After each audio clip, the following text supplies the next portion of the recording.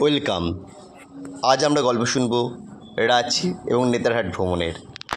এটা আমরা বেশ কয়েকটা পর্বে করব। আজ প্রথম পর্ব। আমরা বেরিয়ে পড়েছিলাম হাওড়া থেকে ক্রিয়াযোগা এক্সপ্রেসে। দেখো, ট্রেনে উঠে তো মেয়ের খুব আনন্দ, কারণ আরশি আজ প্রথম বেড়াতে যাচ্ছে রাঁচি এবং নেতারহাট। রাঁচি আমার খুব পছন্দের একটা জায়গা, কারণ রাঁচি আমাকে অনেক কিছু দিয়েছে। আসলে ঝাড়খণ্ডই আমাকে অনেক কিছু দিয়েছে, তাই আমি বারবার ফিরে যেতে চাই ঝাড়খণ্ডের কাছে, প্রকৃতির কোলে। এবং আজকে দেখব রাঁচি বা নেতারহাট এই ট্যুরটার, আজকে মূলত নেতারহাটকে আমরা যাব, যে অসাধারণ প্রাকৃতিক সৌন্দর্য তার সেই জিনিসগুলি। এখানে আরশি আমি বসে রয়েছি, তার আগে মা ছিল, মানদী ছিল, দাদুর সাথে ট্রেনের মধ্যে খুনসুটি চলছে। তার কী বলবো, রূপ দেখাতে আরম্ভ করে দিয়েছে ট্রেনের মধ্যেই। আসলে এগুলোই ছোটো ছোটো স্মৃতি, যেগুলো আমাদের মনকে ভরিয়ে রাখে। ভোর হয়ে এসছে, সারা রাত আমরা ট্রেন জার্নি করেছি। সকালবেলা বাবা দেখছে বাইরের প্রকৃতি, আরশিও দেখছে। আমরা কিছু স্টিল ছবি এনেছি, কিছু ভিডিও নিয়ে এসেছি। মানদী ঘুম থেকে উঠে পড়েছে ম্যাডামের সাথে, যে দেখছে বাইরের প্রকৃতির অসাধারণ রূপ। এইবার দেখুন, প্রকৃতি চেঞ্জ হতে আরম্ভ করেছে। আমরা স্টেশন থেকে নেমে গাড়ি করে যাচ্ছি নেতারহাটের উদ্দেশ্যে। চারিদিকে সবুজ মাঠ, সবুজ দিগন্ত, যা আমাদের চোখ জুড়িয়ে দেয়, বলতে পারেন মন ভালো করে দেয়। মন খারাপের ওষুধ আনে এই প্রকৃতি। আপনারা যদি অন্য কোনো কিছু দেখবেন মনে করেন, তাহলে রাঁচি গিয়ে লাভ নেই। কিন্তু যদি প্রকৃতির সান্নিধ্য, প্রকৃতির শব্দ, প্রকৃতির আওয়াজ শুনবেন, একটু পাহাড়ের কোলে নিরিবিলিভাবে থাকবেন, তাহলে অবশ্যই আপনার আদর্শ ঠিকানা হবে রাঁচি নেতারহাট।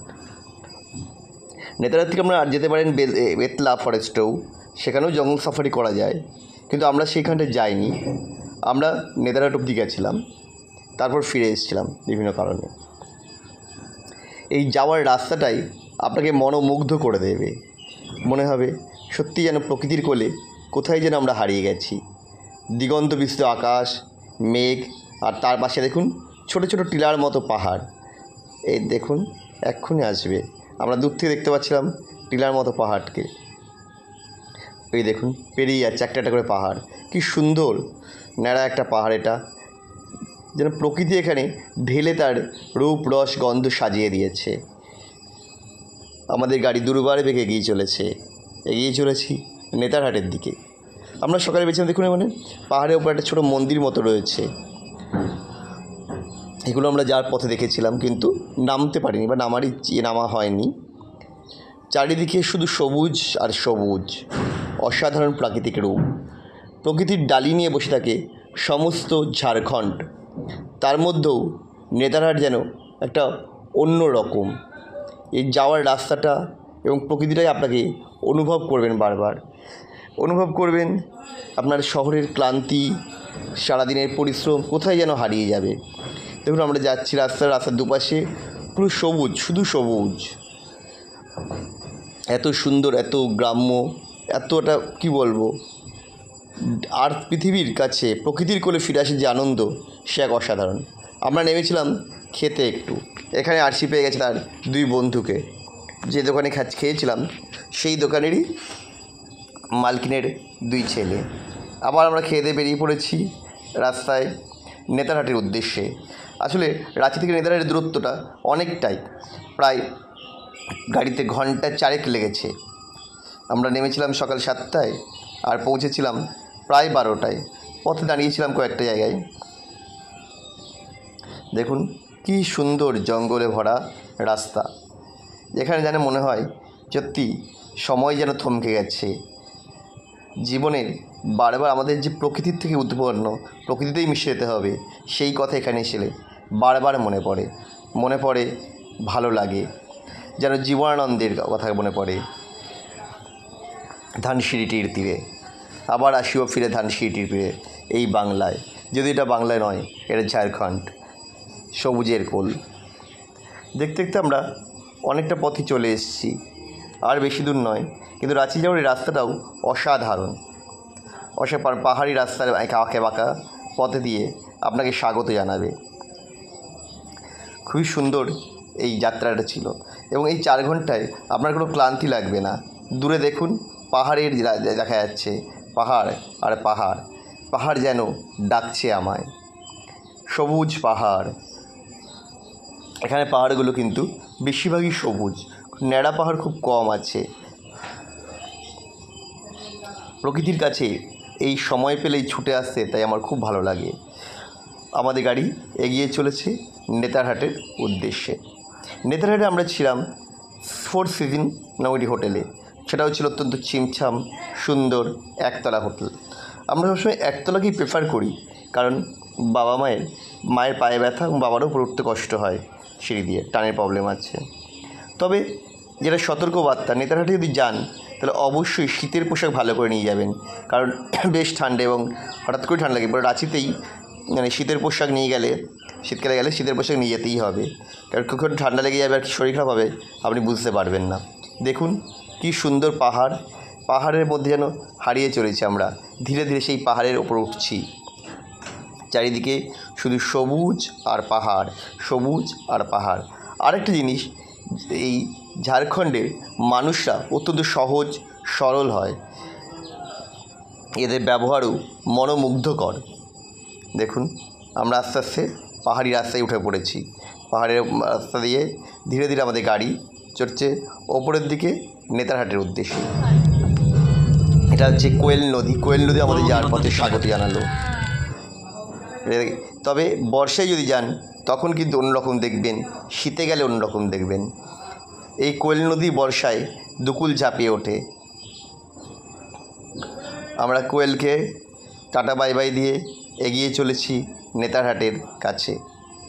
খুব কাছাকাছি চলে এসেছি নেতারহাটে আমরা। আর আজকে নেতারহাটে গিয়ে আমরা লাঞ্চ করব, আর লাঞ্চ করার পরে চলে যাব ম্যাগনোনিয়া ভিউ পয়েন্ট। সেটার ছবি আপনাদের দেখাবো। এই দেখুন নেতারহাটের রাস্তাটা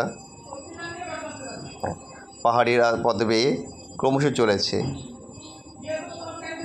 এই যে দুদিকে পাহাড়, পাহাড় আর পাহাড়। পাহাড়ের কোলে আনন্দের খেতে গেলে অবশ্যই আপনাকে আসতে হবে এই নেতারহাট। আপনি বলতে পারেন দার্জিলিং, গ্যাংটক, হ্যাঁ এগুলোও পাহাড়, এগুলোও সুন্দর প্রকৃতি সাজানো, কিন্তু তার মধ্যে এটা অন্য রকম। আমরা চলে এসেছি আজকে পাইন ফরেস্টে। এটা হচ্ছে ম্যাগনোনিয়া ভিউ পয়েন্ট যাওয়ার পথে পড়ে। এখানে আরশি রয়েছে, মায়ের সাথে ছবি তুলেছে, ফটো সেশন হয়েছে আমাদের কিছু, সেই ফটোগুলো আমরা শেয়ার করছি। এটা হচ্ছে ম্যাগনোনিয়া ভিউ পয়েন্ট যাওয়ার পথে একটা পাইন ফরেস্ট। এখানে অনেকগুলোই পাইন ফরেস্ট রয়েছে। আমরা পাইন ফরেস্ট দেখব, আমরা দেখব নাশপাতি বাগান, আরও অনেক কিছু। এটা যাচ্ছি ম্যাগনোনিয়া ভিউ পয়েন্টের দিকে, আর এর পাশে রয়েছে ডেন্স পাইন ফরেস্ট। এরপর আজকে আমি শোনাবো এই ম্যাগনোনিয়া ভিউ পয়েন্টের, এই যে চলে এসেছি আমরা ভিউ পয়েন্ট, এর গল্প। এটা এক ভালোবাসার গল্প। এই যে ম্যাগনোনিয়া ভিউ পয়েন্টের ম্যাগনোনিয়ার ছবি। আসলে ম্যাগনোনিয়া একজন ইংরেজ ছিলেন। তিনি ভালোবেসেছিলেন একজন লোকাল পাহাড়ি ছেলেকে, কিন্তু সেই সময় সমাজ তাদের মেনে নেয়নি, তাই এখান থেকে তারা ঝাঁপ দিয়ে আত্মহত্যা করেছিল। তাদের সেই আত্মবলিদানকেই মনে রেখেই তৈরি করা হয়েছিল এই ম্যাগনোনিয়া ভিউ পয়েন্ট। আর এটা বিখ্যাত হচ্ছে সানসেট দেখার জন্য। একটু আগে চলে আসতে নইলে এইটাই প্রচুর ভিড় হয় এখানে সানসেট দেখার জন্য। আমরা সেই জন্য আগেই চলে এসেছিলাম।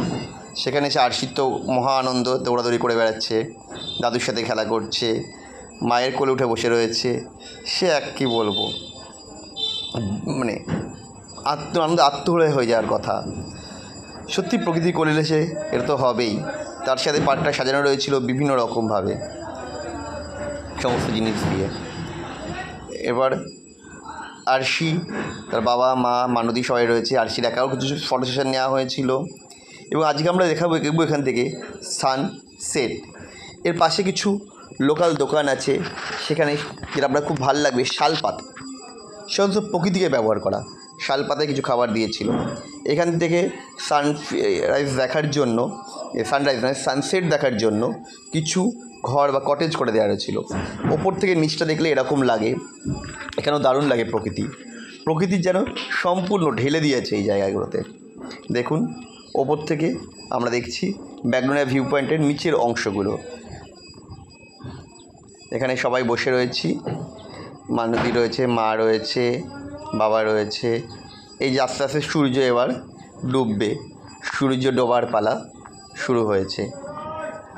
আর এই দৃশ্য শুধু ভিডিও দেখে বলা যাবে না, যদি এই দৃশ্যের উপভোগ করতে হয় আপনাকে সামনাসামনি আসতে হবে। প্রকৃতির সামনে একরকম, ক্যামেরার চোখে আরেক রকম লাগে। সামনে এলে আপনি সারাদিনের ক্লান্তি ভুলে যাবেন, মনে হবে সত্যি এক অসাধারণ রূপ। আর এখানে যদি আপনি প্রকৃতি ভালোবাসেন তবেই এই ট্যুরটা আপনার ভালো লাগবে। যদি আপনার প্রকৃতি ভালো না লাগে, গাছপালা, পাহাড় বা সূর্য ডোবা, সূর্য ওঠা এসব দেখতে যদি ভালো লাগে, তবে এই রাঁচি বা ঝাড়খণ্ডের এই অংশগুলো, নেদারহাটগুলো আপনার কাছে অসাধারণ একটা ট্যুর হবে।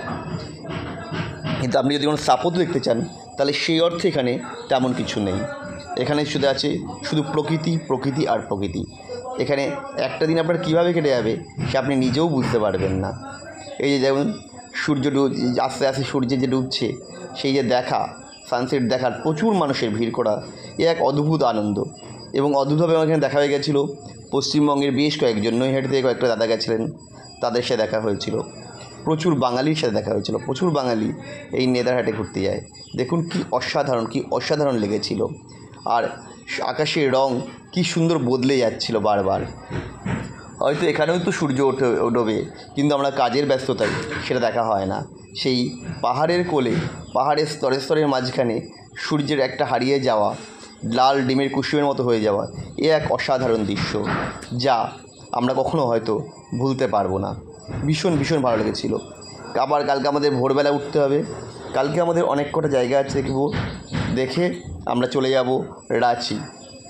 তো সেই কারণেই আমরা আর বেশি বাড়াবো না ভিডিওটা, আবার পরের দিন নিয়ে আসবো এরই সেকেন্ড পার্ট নিয়ে। কেমন লাগলো অবশ্যই কমেন্ট করে জানিও। আবার দেখা হবে নেক্সট ভিডিওতে।